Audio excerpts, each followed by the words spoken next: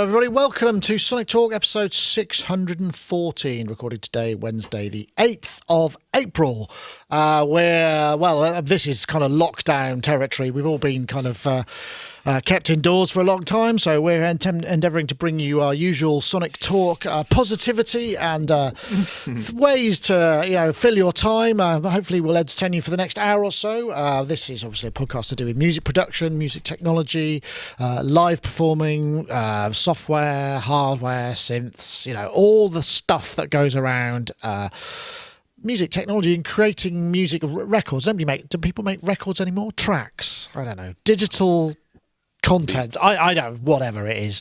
Anyway, I also want to say thank you very much to our friends over at iZotope who will be providing a prize. If you are spending a lot of time working on those unfinished tunes, you might want to mix them, and Ozone 9 will certainly help you. Ozone 9 Advance is what's up for grabs. Be about halfway through the show. We'll do the little tease there, and you can stay tuned and join the competition. Yeah, while I remember, I totally forgot, and this is really a miss of me because we're organising this thing the whole time. This super booth at home is going ahead. We're still trying to get people to kind of commit to doing videos and coming along and showing us their products virtually. They're starting to happen, but I should have put this at the beginning of the whole thing because people might not watch all the way through. But if you are thinking about it, there is no charge for this. We're going to get as many done as we can to go out during the Super Booth weekend. So we've only got a limited amount of time left, and each one will probably need a bit of a tech check to make sure that the cameras and stuff and the audio routing works. But if you're making something, you were going to be at Super Booth, you've got a product that you want to announce, get in touch. Use the sonicshows@sonicstate.com email address, and we will do our best to fit you in and try and get something shot. We've started shooting. It's going to work. It's just, we need everybody to kind of step up and just go, okay, right, I'm ready, and so, and you can go to, I've made as I said, we made this document, which is the Super Booth at, we are calling it QSonic /Super. I think we'd probably just go with Super Booth, to be honest. But it's bit.ly/remote vid, one word, and that'll take you to this document, which will just give you a kind of insight into the sort of tech you might need and how it might set up. So please do that. We're gagging to get more people in. I mean, it may be that we have to sort of long tail it a little bit, and it doesn't all happen in those 3 days. But we're doing our best to get as much in as we possibly can. So do get in touch. We need more people. But in the meantime, let's say hello to a few of our guests. I seem to always go from right to left, so I'm going to go from left to right today. Gaz Williams, how are you there in Bristol? Bass player. I'm normally last to be introduced. I'm changing it all up. I was nodding off. Yes. Well, firstly, I hope everyone's okay, and if you have been affected by this, then oh my goodness, but. Great to be together and great to be here. So thank you so much. I mean, but yeah, big love to everyone out there though. Gosh, my goodness.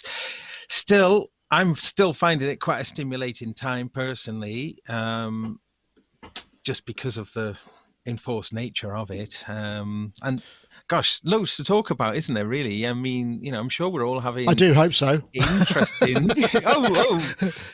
Your mic's just... Can I just say, I think the gain on your mic is just a tiny bit hot. It's just burning up a little bit. Just maybe a couple of dibs, and then we'll be all right. But that, yeah. Well, look, I'm actually talking to you through the Silver Bullet, the louder than liftoff Silver Bullet, and I can swap here between... This is an API preamp now, but I can just swap this... the gain stage, it's not an API, it's based on an API, I should say. And I can swap it to a Neve. Now I'm on Neve. Oh, there was a difference, but you're also closer, so you got a bit more bass proximity. Do you think that's is it sad you have to say, and now I'm on Neve? No, I'm on Neve. I'm on Neve. No, I think I'm on Behringer. Now I'm on Neve. Yeah. Neve and API though, it is Britain versus America a little bit, isn't it? So maybe it was kind of a little bit biased. Okay, so that's API. That's API talking in the API style, and now I'm flicking to the Neve. Now slightly darker and warmer, I would say. Yeah, definitely.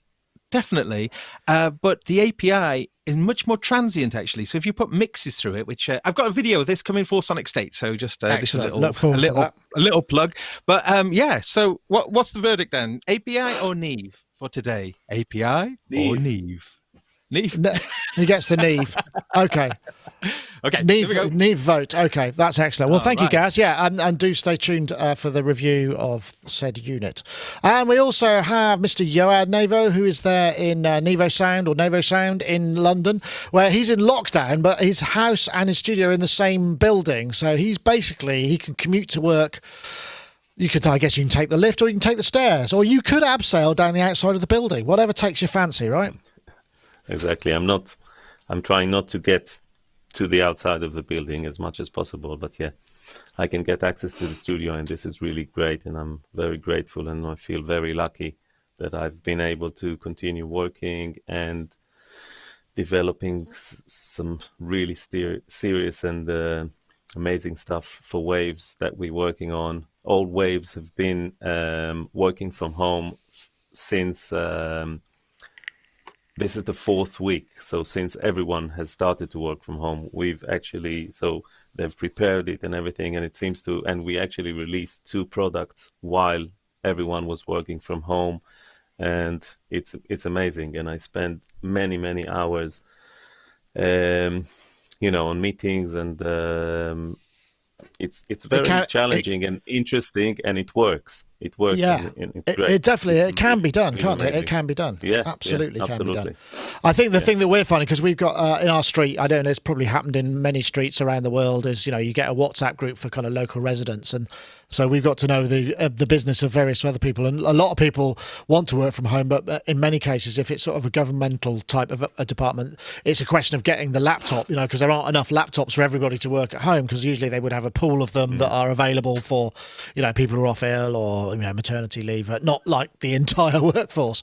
So that's a bit of a challenge, and it's not a question if I've got a laptop you can borrow it, because it needs to be has to be installed with all the right stuff and security and whatnot, but definitely something to look out for. But nice to have you, Yoad, of course. I should actually mention we shot a couple of things with Yoad a couple of weeks back remotely, and it worked really well. I mean, hopefully we'll get to do some more, and they'll be coming along sometime. I'm sort of saving them for when we maybe haven't got, and what I'm saving when there's nothing better. That's not what I mean at all. I'm saving them for when there's a hole in the hole in the editorial schedule, so we don't get any gaps, I think is what I'm trying to say, but very poorly. Anyway, we also have Mr. Charles Chicky Reeves, who's there in a studio in London, where you're wearing a very fine synthesis t-shirt there, sine wave, square wave, sawtooth. Oh, what's the one below? That's a sort of, is that noise? That's like an impulse. That looks like a hi-hat. Pulse wave. This is a shirt from, I can't remember who I got the shirt from. I got it while I was on tour. Some synth company gave it to us.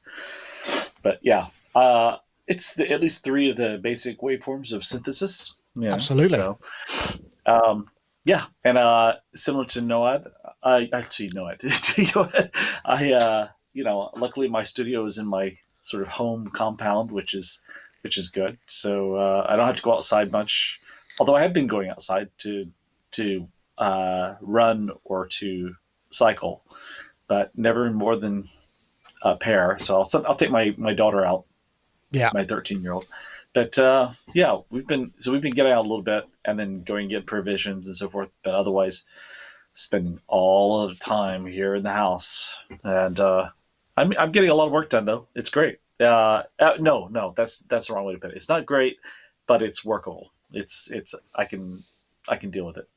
Yeah, it's interesting how I think at the very beginning of this, I think I called it the new normal, and it's amazing how one forgets, I think, how adaptable the human race is to change. I mean, you hear of people in, way worse situations that adapt to this kind of normality and just kind of just get along. And I suppose that's what's being tested. And we are capable of doing it. And it's probably something that doesn't come very often, certainly for, better off parts of the world. We don't have to deal with that kind of thing very often. It's probably good for us to just have a reminder of like, okay, you need to sort of, knuckle down and recalibrate every once in a while. And that's probably a good thing, I hope, at the very least. Anyway, I don't want to dwell too much on all of this business.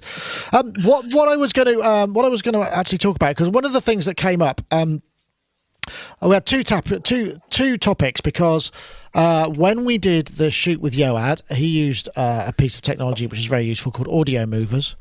Actually, I play a little bit of video, but this topic was really to do with useful things that help you work remotely. And we're not just talking about video conferencing, but there are other sort of little utilities and things that don't work. And this is called AudioMovers Listen To. And this was a review on Pro Tools Expert. I'm just playing a bit of their video. Hi guys, Dan Cooper here from Pro Tools Expert. And in this video, I want to show you this. This is Listen To by AudioMovers. Now, Listen To is a plugin that you put on, let's say, your master track in your DAW, Pro Tools in this case, and then you can use this to stream audio from your DAW to web browsers. So let me give you a typical application for this. Right, it's quite a long-winded introduction, but that kind of covers most of it. So it's basically a plugin that contacts a remote streamer that you send a URL to somebody and you get this high quality stereo 24-bit in some cases, depending on the bandwidth, but quite low latency output from your DAW that you can give to other people. So for instance, if you're normally mixing with people in the room, you can send them this URL. They can hear it. When we did it with Yoad, he was outputting his desk and I was listening to it. It was it was about half a second later, but it means I can hear with more detail what was going on. I know, Charles, you've been using it as well, and I recommended it to a friend, Ned Rush, who was trying to figure out a way to get quality audio from a stream when he was collaborating for a performance. And it just seemed really good. And it turns out that, you've started using it. What was been your experience first? We'll come to Yoad in a second. Oh my God, it's fantastic.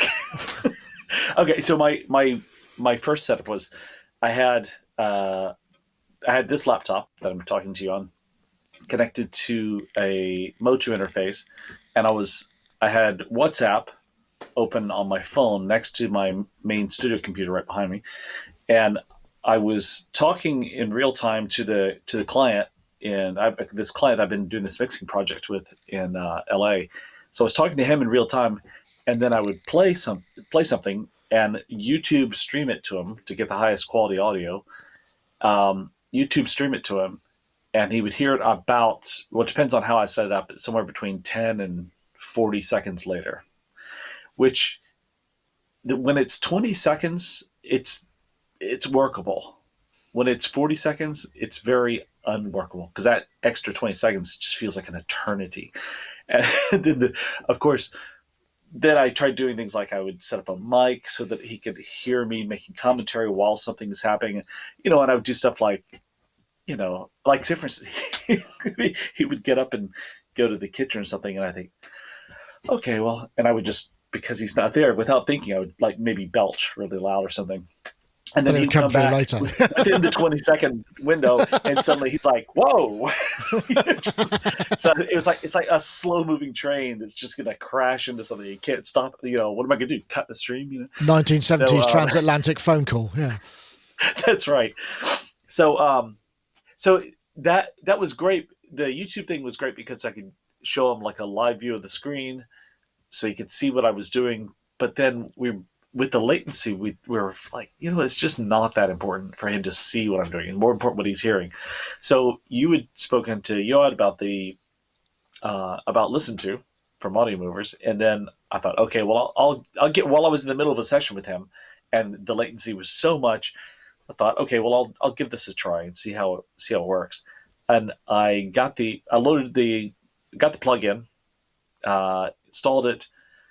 Went for the free 1 week trial or whatever, and within about 5 minutes I went ahead and paid for like a year membership because I was like, this is amazing.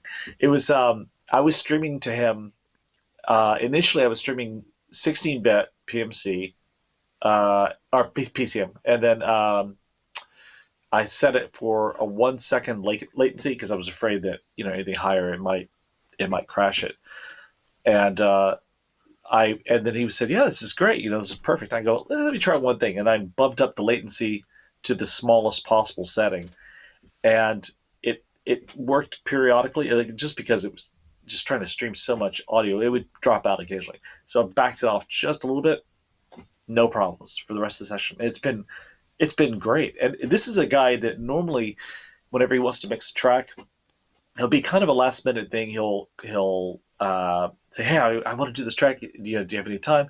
And he'll try to fly over with his hard drive if he can. And now he doesn't have to spend that money to fly over because he just needs to hear what I'm doing. That's it. And this certainly beats the old way of people would send me tracks. I would mix something. send an MP3 or whatever back to them, they would sometime within a 3 to 10 hour time frame listen to it and make notes, then send that back. Usually a mix like for one song that I could normally do in about a day, I'd spend 3 or 4 studio days doing it. It was just, and I was not liking doing it, and I don't think the clients liked it at all. But since I switched over to first streaming and now this AudioMovers thing, my business is like every day. It's staying busy. It's staying booked. It's fantastic, and it works as a plugin. You just put it on your master bus, or you can do what I've done for him is I do have a separate bus before my master bus. I put it on that because I also want to route in a microphone so I can, talk to him through the session. Because and also I haven't tried it yet. There's a version, or there's another plugin that's part of this where he could record vocals at his place while I'm playing the track back, and then it would print here as well. Wow, okay. I have to figure out how to use it yet. I haven't had time because we've been busy mixing stuff, but there are a couple of vocal lines he wants to redo, so we're going to try doing it with that. Because it means he can use his same mic and his same acoustic space and all that stuff. Yeah, that makes a lot of sense. Yeah, that's interesting. It's really fantastic. I love it. It's changed everything. It's interesting, isn't it? I mean, and this is a couple of years old, and it turns out you've got some kind of involvement in this, right, Yoad? My good friend Igor Maximenko, who I've known for many years, and I've known him from working at Waves together for many years, and he's a great guy and a good friend. And there was a situation where he was in Kiev with some really excellent coders, and they were looking for stuff to do, and we sat down together and we threw a few ideas up in the air, and I thought that something like that would be really nice, because unfortunately we have to discover it at a time like that, how useful it actually is. But for me, I've been working remotely for many years, so that has been always something that I've missed, and that's how it came to be. And it's a really, really useful plugin, and it can transmit up to 32-bit PCM. So basically, it means that what you're hearing on your DAW, which is the mixer is 32-bit or 64-bit, but the audio runs at 32-bit floating point, and that's exactly what you're going to hear at the other end. So that's if your bandwidth allows it, and I never had any problems. I work at 32-bit, and it's always been fine, and it's solid. You can listen to it on your phone as well, which is very handy, because you don't have to be in front of a computer. You just log in from your browser on your phone, and you can listen with the headphones, so you can transmit it to. You can set up the number of people that can log in, so you can limit the number of people that log in. If you like, you can set a password. It just seems like a very simple idea. I mean, this is the screen here. I mean, it is a pay. The plugin is free, right? But the service you pay for. So if you might need it for a week, you can pay it for a week or a month or a year. I think I'm right in that. Yeah. Gaz, I'm thinking, because you do a lot of mastering, don't you? I mean, it's like, you have people coming in and you might want to play, because things like kind of how long's the gap between the tracks, is the crossfade right? Yeah. You need to be there for that, because if you had to send an MP3 and people were listening to the entire album and then making notes, it would very much slow the cycle. You want it sort of done at the time, because if people are paying by the hour, for instance, it makes a lot of sense, right? Yeah, absolutely.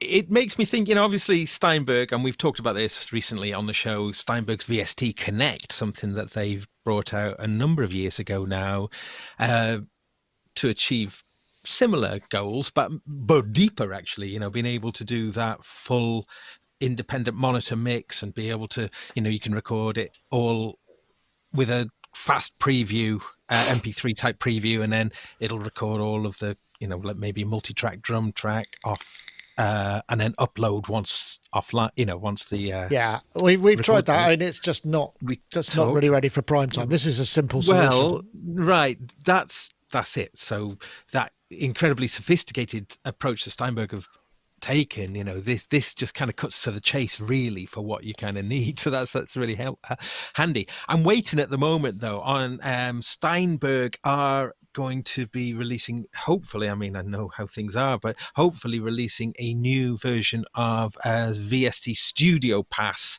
imminently. It's due out in April, so hopefully that's going to come sooner rather than later. And that is a free app. And it's to insert, rather than the more complicated thing of the VST Connect, this way just allows you to sort of insert a guest into your Cubase session. So again, similar, but I'm hopeful that that's going to be ready soon, because for precisely the reason that you said, but there is something though. I mean, if you've got the client there in real time and listening, it's, if you do a session for like, say, 8 hours, working unattended, those 8 hours can be spent, it will take, say, 8 hours to do an album, for instance. But those 8 hours can be spent in whatever order you like. But having these really intensive short sessions, I think, can be, you'd probably be able to get a lot more done a lot quicker. So I wonder if that would actually impact on the price of what people would likely to. I don't know, really. I mean, I suppose, yeah. Well, I guess the thing is you don't have to worry so much about the furniture or getting dressed, or any of that kind of stuff. Having special being presentable lactose intolerant people. That's right. Yeah. That's right. Yeah, I get it. So, I mean, but for some people, this just seems like a useful solution, and for people who need to real time monitor what they're doing the other end, and it just seems like there are. We've spoken about the real time collaboration stuff, which is sort of bi-directional, but this just seems like it's a very simple thing for. You're doing a mix, you can sort of be there in person without having to be there, and that's apt for this.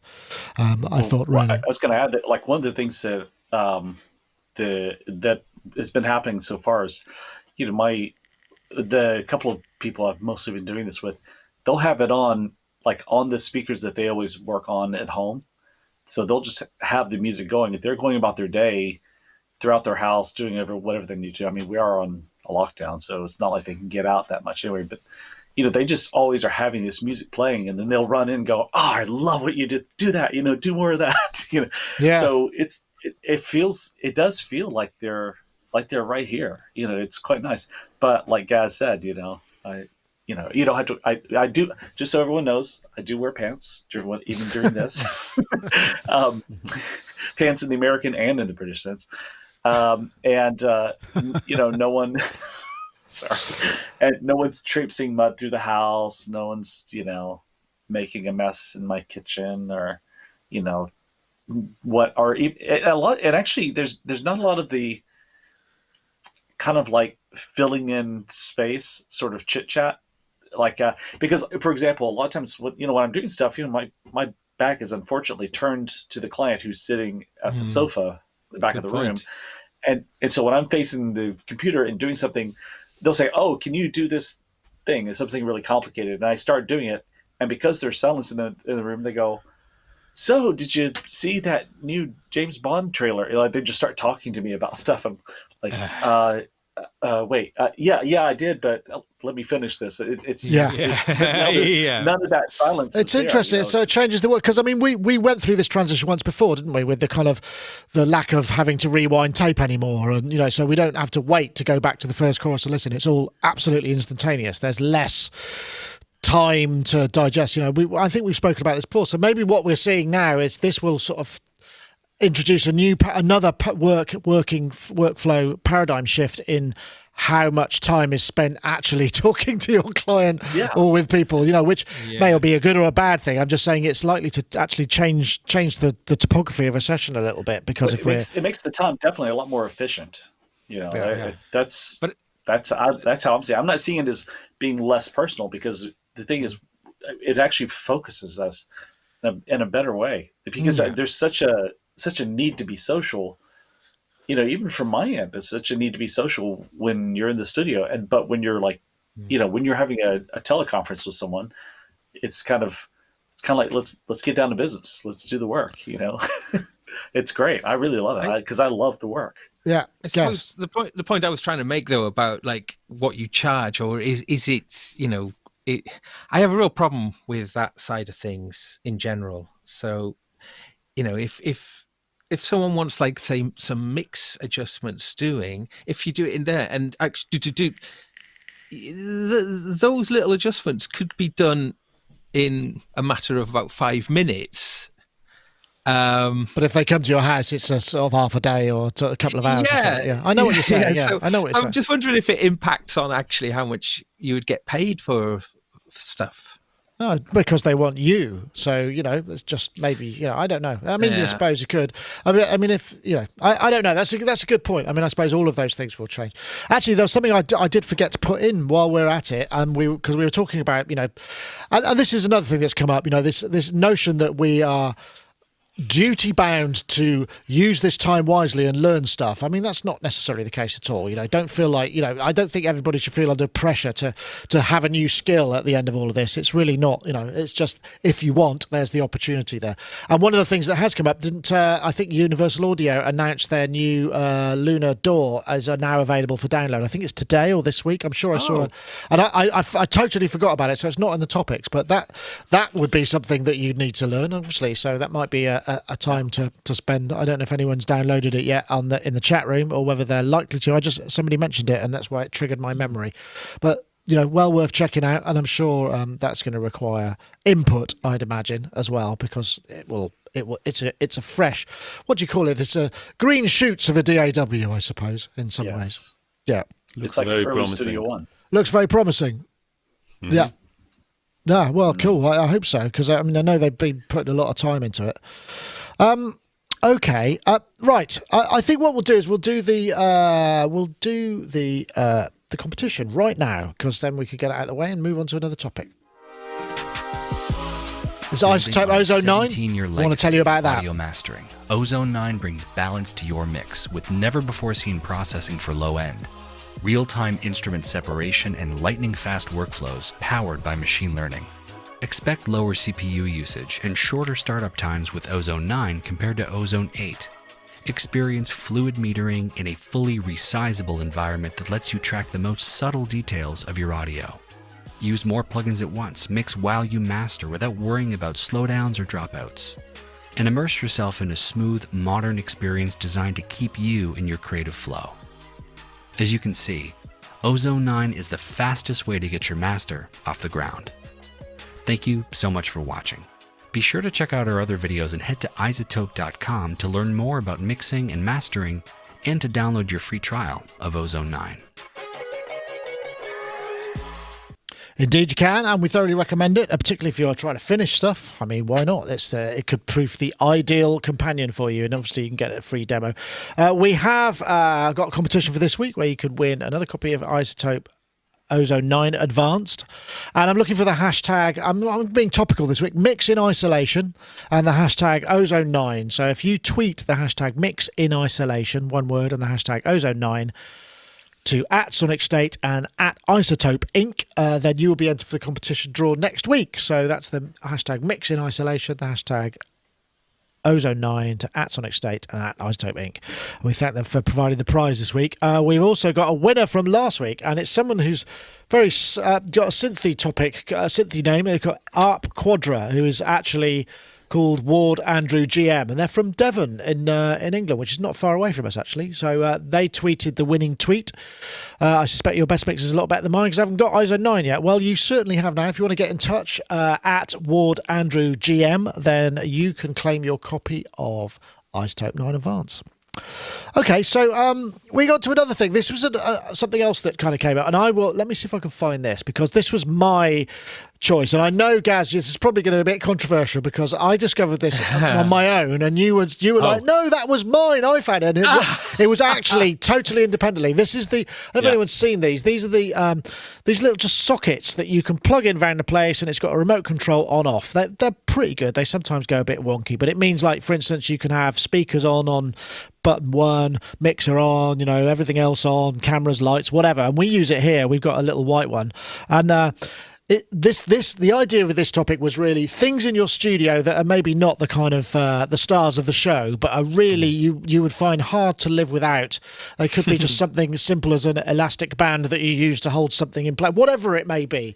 And that was mine because it was nice and simple. It's called a remote socket adapter set, and it's like a little radio controlled thing, and you just click it and the lights go on or they go off, and it means that I can come in and I can switch on the speakers after the mixer's been on, so there's no bang, or I can, you know, I mean, you can get smarter ones that have got sequences in them. You can get, you know, fancy things, but these are quite affordable. They're only like $25 for kind of 5 channels of them, so it's quite handy. So I think we should probably come to you first, Gaz, because I'm curious to know, you know, what your brace or single product is. You can, as much as you like, just the unsung hero, useful. Well, I've similar to you. I'm using these ones now for the same purpose, but it comes with like a 4-way. And what's nice about that is, so it's got no batteries in it, so it sort of just generates the click. I won't press it now because it'll. All right. Yeah.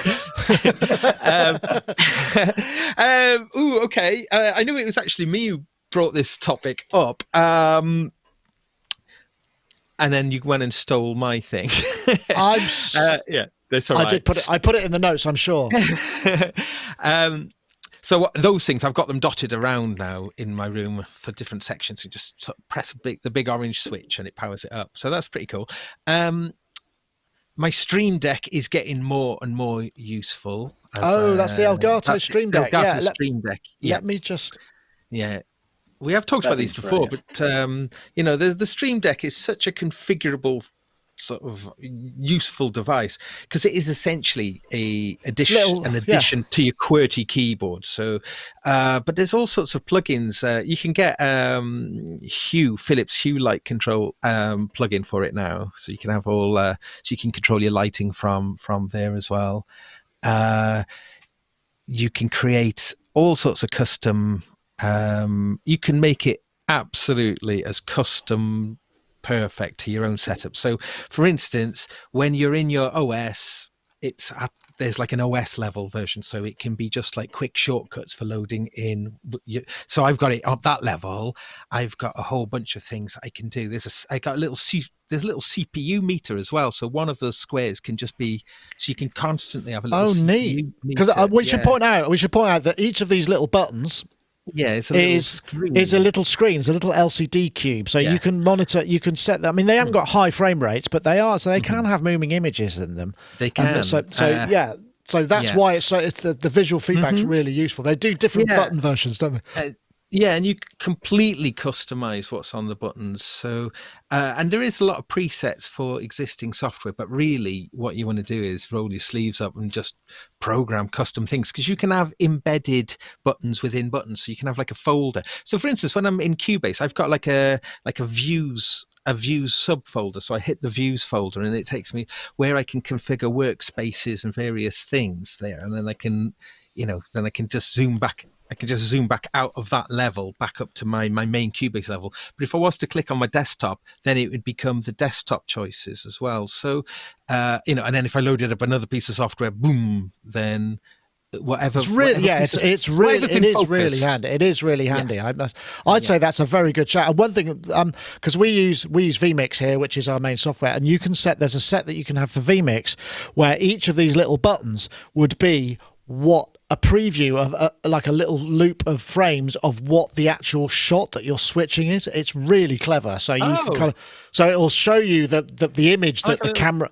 Yeah, you can have it integrate. And so for that sort of stuff, it's amazing. I mean, the little ones are actually very small. They look much bigger, but you get a 6 button, a 9 button. And a 50. There's a big one now as well, isn't there? Yeah. Start at about 100 quid, 120 quid or something, isn't it? Yeah, they're not very expensive. Yeah, not very expensive. Really useful. That's a good shout. And I think for me, because that is a new product format, and sort of, it's the way as I'm growing and learning new pieces of software. that thing's coming along for the ride as well. And I think before long it will be, an indispensable tool. It's interesting. It's almost what Apple have done with this kind of touch bar, isn't it? What they've tried to do, but it's actually it's better because it's separate from it. I mean, the touch bar. I mean, I've got it here. I hardly ever use it. I mean, I've got a little widget that I can create little buttons that I sometimes use, but I haven't really used it very much. I mean, I think it can show things like for scrolling arrangements, but yeah, that makes a lot of sense. But you see, the Stream Deck, you can just use it as a remote for your DAW wherever you are in the room as well. So you can have it all with all your transport controls on, have it as it needs to be. It is wired though, isn't wired, it? Albeit wired. It's a USB connection. Mm-hmm. Yeah. Okay. Well, Yoad, I mean, there's so many things in your room. What are you going to put forward for the sort of indispensable doodah? I would say like the both of you before, that the remote socket switches. This is what I have all around the studio here, and I use it. It runs on Wi-Fi, so I can do it actually from wherever I am in the world, which is nice. And I've happened to actually use it because sometimes I print stuff through the desk and I need certain pieces of gear on the rack to be switched on. So wow.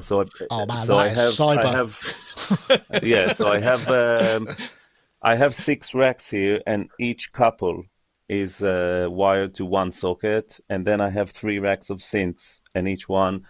And the speakers, the back speakers and stuff like that. So that's very, very handy. The other thing, which is not for everybody, but people who work with Macs and PCs, is this little thing called Synergy. And what it allows me to do is it's a KVM switch, basically, but a virtual one. So at the moment, I don't know if you can see it, but I'm moving stuff on the Mac. If I just move to the right, now I'm actually on the PC. Without doing anything. And my keyboard, if you can see, my keyboard is not connected to the PC. I just move the mouse here, and now it's connected to the Mac. Wow. So that's a seamless. That's cool. amazing because, so now I'm on the PC, now I'm on the Mac, and all I have to do is move the mouse. It's like a secondary screen.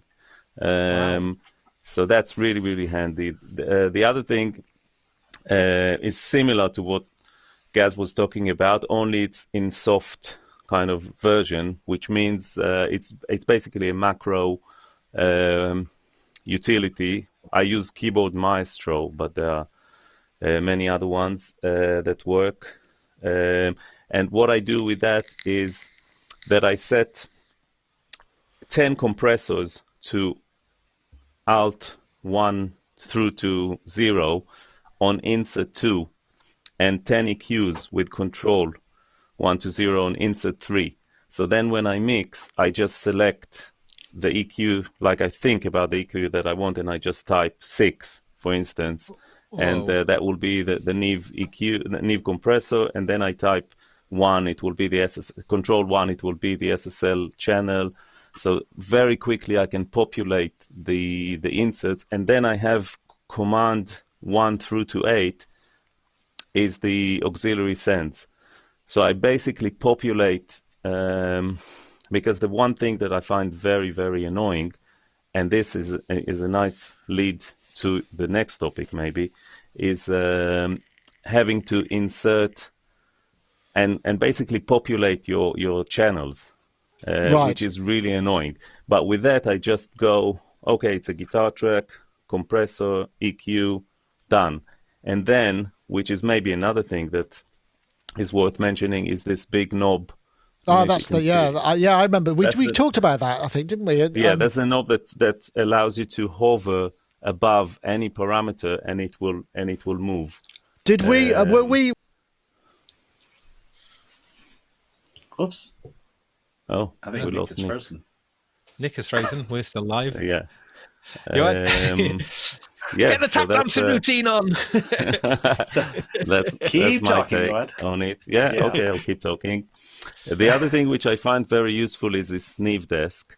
It's a nice little tool that helps around the house. especially when you want to chop your salad really, really thin. Yes. Get two, just in what case. Else yeah. What else do I find useful? Hello, am I back? Hello, 1, 2. You're back. Oh, sorry, that's weird, isn't it? I did freeze. That's the first time that's ever happened. How bizarre. That's great. I was just going to ask you, were you on one of the first Sonic Talks you were where we were talking about that, and you actually bought that knob as a result of us talking about it? I just was curious. Probably. Excellent. But I remember us talking about this one after I got it. Love it. The nice thing, another nice thing that it has is an undo feature. So if you double tap the knob, It'll just undo what? Okay, that's nice. nice. it gives That's you an very undo neat. for the last mouse tweak, basically. What is it called again, Yoad, please? It's called What did we call? I remember what it was. It was NAC. What's it called? Wow, I can't see here. Something. It's I do knob, remember. which is spelled. It's NOB. Oh, Something. a knob, isn't it? Yeah, knob NOB. controller. I do remember that. Cool. Yeah. Yeah, because I use one. It's a little bit pricey, but Yeah, I use it a lot, and it's really nice because what I find with other controllers is that you have to look at the button at the control you're moving, then you look at the screen, and then you look at the mouse. So and with this you just hover above a parameter, and it will just Yeah, that was it. yeah. Is I that remember using that. like basically a mouse wheel, I suppose? What it is, it's actually a mouse wheel. That's all Yeah. it is. It's a mouse Yeah, scroll. yeah. But it's that's just really handy, and I have it just Because you've here, got so the Steinberg were one of the first people to have that sort of whatever the mouse is over knob, didn't they? Yeah, and that would be like called the AI. You press the AI button. The only difference with this is that it doesn't work as a scroll wheel. It works as a HUI on a HUI or controller protocol, so it works only on their plugins through in Cubase. Whereas this one, you can scroll with it in Finder and anything on the Mac. Yeah, it's cool. I think it's a. However, this one, in its fairness, because if you can pick these up cheap, if you, I suppose, really do need to be a Cubase user. But one thing that is actually super cool on it, though, is the lock feature. So when you find a parameter that you want to adjust, you lock it, and then you can go away from that, and then it'll just it'll stay. That's a good one. Until you unlocked it. But okay. Yeah. There's some great ones in there. I'm like Charles. The pressure's on now. You got to top all of those because there were some great ones in there. Well, let's see. Okay, well, I'm the same with the switches. I get them all over the place. They control all the lights. They control all the speakers. I have separate switches for any valve gear, especially any valve gear that runs on American Power, because about half of my stuff still runs on American Power because I've had it for so long. Let's see. Wow, what do I? Well, I think I mentioned this once before on the show, and that is, I wonder if I can show you this. So this is kind of a. Bear with me while I move some crucial lighting here, and I'm going to turn over to these IKEA shoe shelves. Man, I love these things. These things are great, and they happen to fit synths. And you can just build them anywhere. You don't have to spend a fortune. I think they're 110 centimeters wide generally, and they're floor to ceiling poles. Excuse me. And it's where that was my main stacking of keyboard and stuff. I do have one of. I'm trying to find it because I think they changed the. Is it this one? Is it called El Valley? Yeah, that's it. But that's only 80 by 36. You see, they've changed the size. So I think the range. I agree. I have a dim recollection that we mourned the passing of that product range for sure. Yeah, I mean, I use the I use the Jasper stuff now because at least it's on wheels and everything. But I do like the IKEA ones, and I'm sure you could probably find them. There's probably a roaring trade in black market IKEA stuff. This is a cool little IKEA. Those thing. are cool. Yeah. That slides onto like a tabletop and then gives you like a little drawer that you can attach onto any surface. So my little synth corner there, I've got a few of these with the necessary, oddities and cables and stuff. But it's the fact that that it can add on drawers. I'm sure loads of you know these anyway, but I haven't seen those. What is it? Is like a 1 centimeter, or what's the diameter on the hook? Hang on. Oh, you don't have to measure. I'm just curious. Oh. Okay, while we're on the subject of IKEA stuff, I just sort of dashed off to pick up the my other one here. Sorry, what? 2 centimeters. Oh, that's good. So it's almost 2 centimeters. That's good. Yeah. That's good. Well, the other thing, we're on IKEA stuff. Don't forget the little laptop stand. You could get big ones and little ones of these, and these are really useful if you shoot video and just for having something behind something else.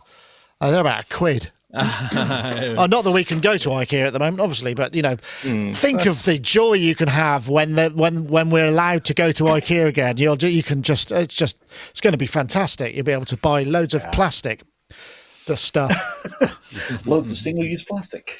Yeah, well, it's not single-use plastic. It actually gets used quite a lot, and I know that I get a lot of flack. Well, generally, this show gets a lot of flack for being anti-Behringer, which we're not really. And I think you should go back and listen. But Behringer make a load of really useful stuff. In fact, what we did the other day. Where's I'm looking for I don't think we can see it here.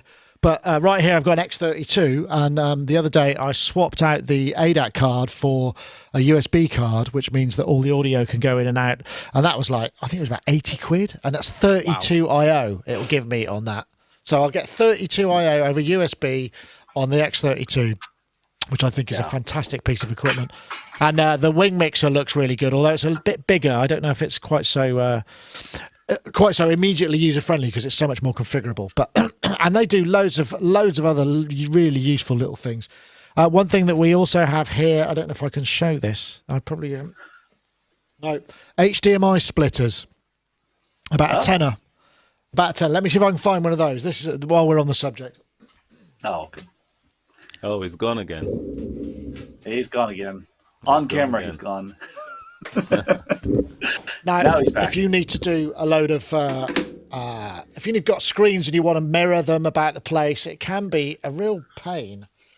But we use these things, which are just tiny. These aren't 4K. I think you can get 4K ones. It's just 1 in, 2 out, and it's powered via 5 volts, so you can usually run it off a USB power supply. We got them all over the place because we have screens duplicated everywhere.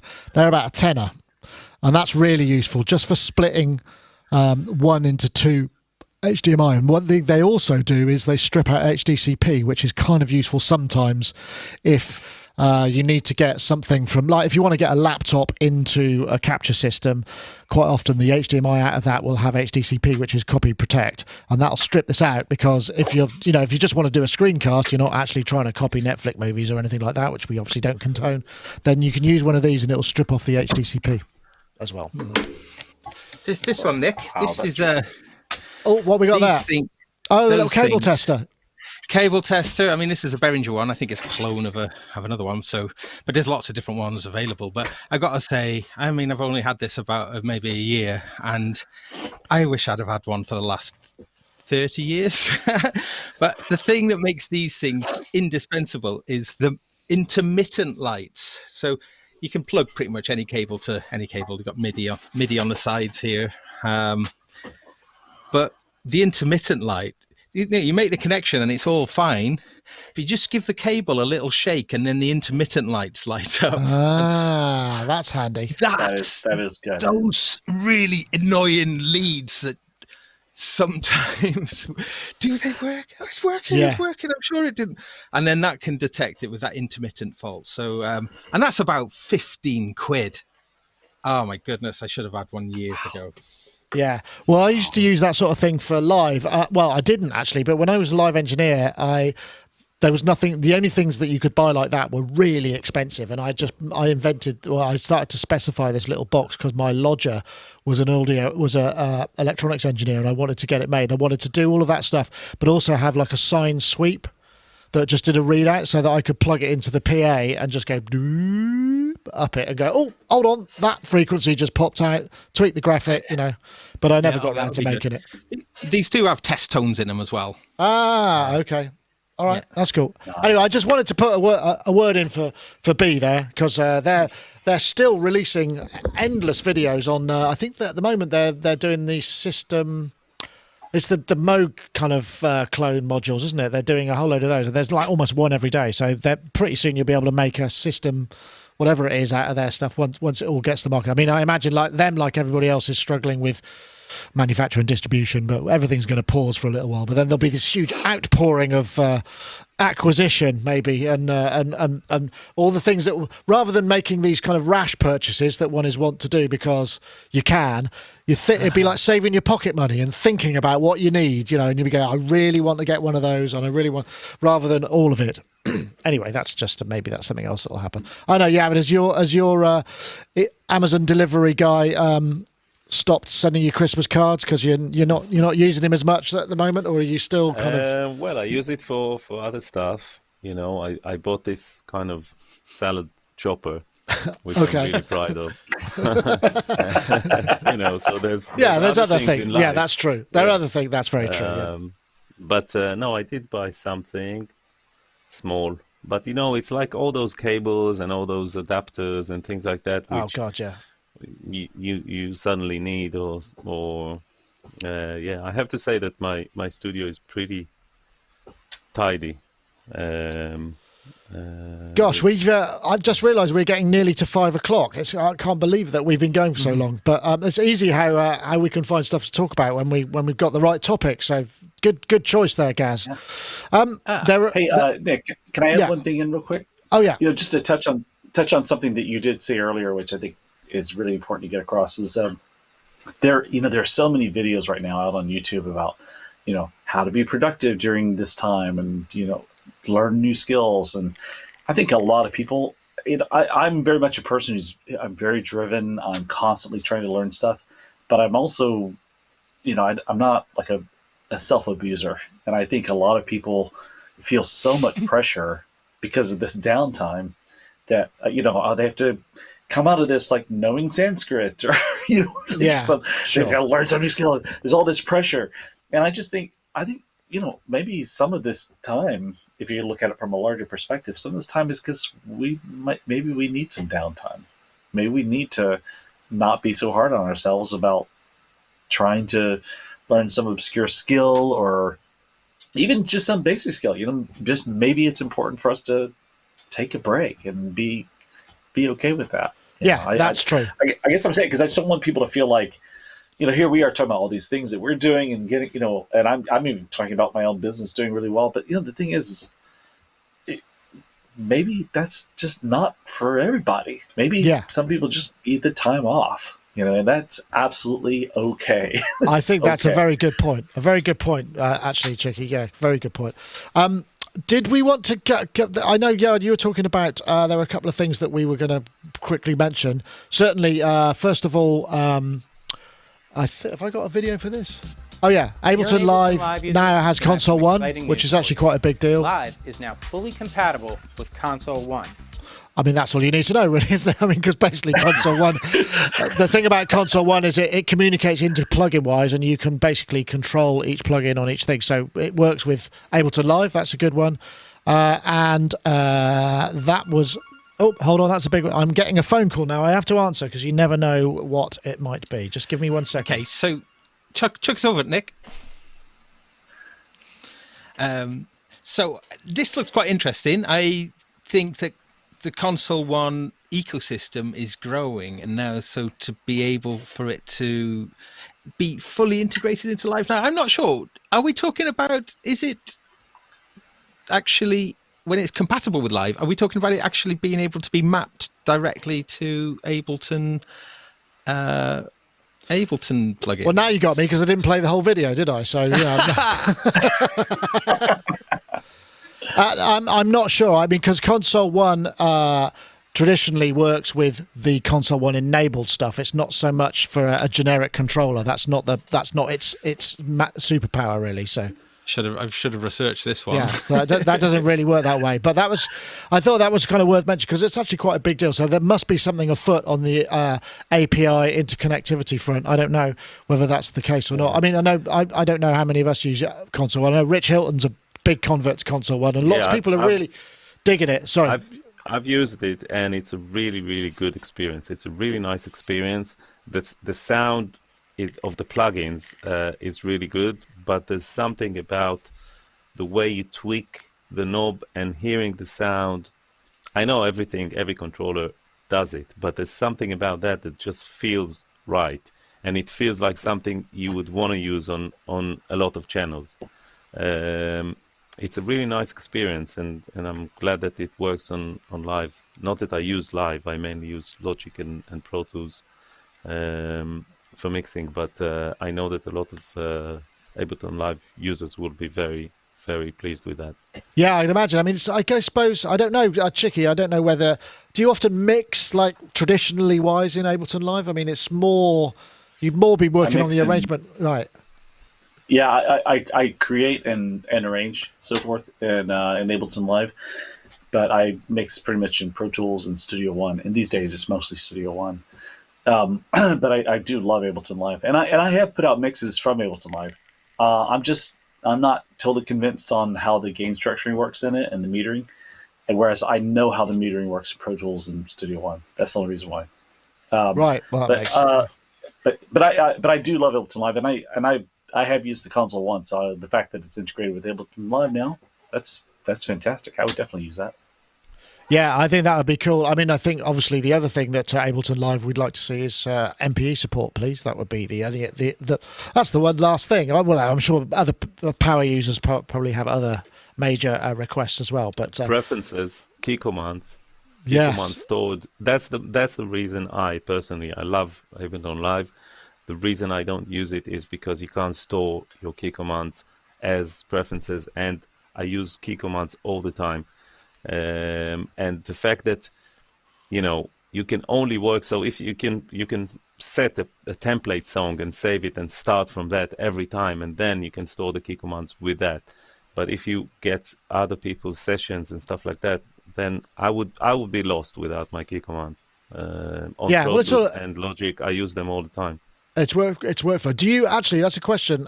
This is the one thing about being able to do a custom key commands. Obviously, do you try and make them comparable across platforms? So you kind of go, yeah, kind of. I have the key commands I use are a bit from some are from Pro Tools default, because on Pro Tools you can't change them. So I have a combination of stuff which I use on Logic, which is my main platform, but on Cubase I set the same key commands. Some of them are compatible with Pro Tools as well. But in Ableton Live, you can set up key commands, but it's per session and it's not saved with your preferences, and that's for me is a big problem. That's got to be a pretty easy XML import thing. I mean, that can't be hard to do. I'd imagine you just sort of say every time I load, use these default key commands, surely, or not. Mm-hmm. I mean, I'm sure there's a. Yeah, that would be an easy thing to do. We should, at the very least, I don't know if we'll get on to the other Softube one, but we should certainly say happy birthday to Dave Smith, I think, because he was 70 last week. And I think, was it, I can't forget which. Happy birthday, Dave. Thank you for all the amazing instruments and inspiration. And there was this great video of just loads and loads of people kind of just doing birthday messages. I was a bit disappointed that I didn't get asked, actually. I'd love to have done one, because Dave Smith is a great guy. Yeah.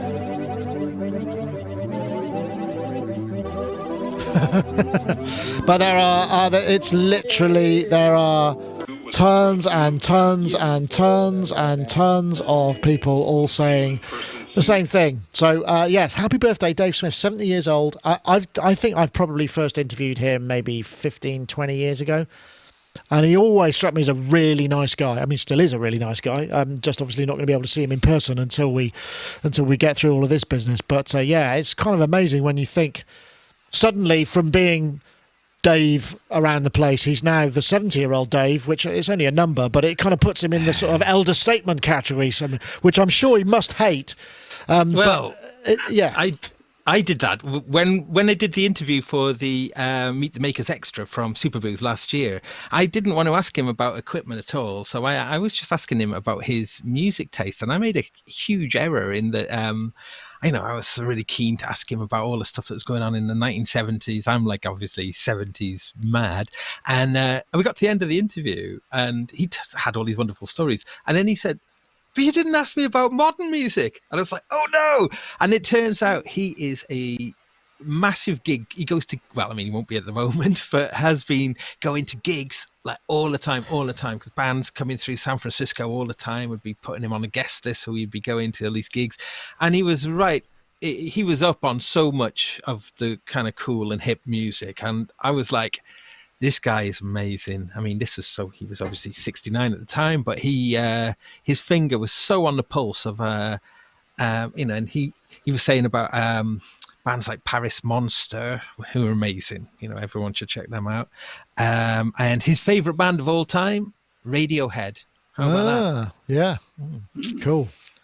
Yeah, top chap. And I know, Yoad, you got the Rev 2. You bought our X review Rev. Was it Rev 2? Yeah, Rev 2, which I know you're very keen on. So he does some great stuff. Yeah, I like it. I used to have the Tetra before. I used to have 2 units to give me 8 voices, and I'm not sure that I'm not preferring the sound of the Tetra. There was something kind of beefier about it. Synthesis-wise, the Rev 2 is really nice, and I also use it as a controller for Omnisphere, which is really a very, very nice experience. With the hardware integration. So many controllers on that. Yeah, good call. Yeah, I don't know. Have you got any Dave Smith stuff there, Charles? I've got a Rev 2. I love it. Excellent. Rev 2 seems to like have been that and my Hydrosynth would make a nice little stack. Oh yeah, how are you getting on with the Hydrosynth? They're still coming, and people are still posting in the Facebook Hydrosynth group again. Mine arrived yesterday, so they're still coming through. So I love that thing, man. I love that. I'm working on a new track, which I just have up there on the computer now, and I originally had like just piano, just pedaling some chords through this thing, and then like the first sound that opens up on there. Saw Presser or whatever it is. I forgot. They're very, A001, whatever that preset is. I just put that on there. It's the perfect sound. It's the perfect sound for what I'm doing. That first one is a very simple sawtooth with very nice aftertouch control, isn't it? Yeah, that's right. Yeah. It's very beautiful sounding. It sounds, it's the most CS80-ish type sound that's on that, I think. I love it. I love the sound of that. I'm a big CS80 fan. So, but then again, who isn't? So. Yeah, a lot of people are, and just not many people can get a hold of one. But excellent.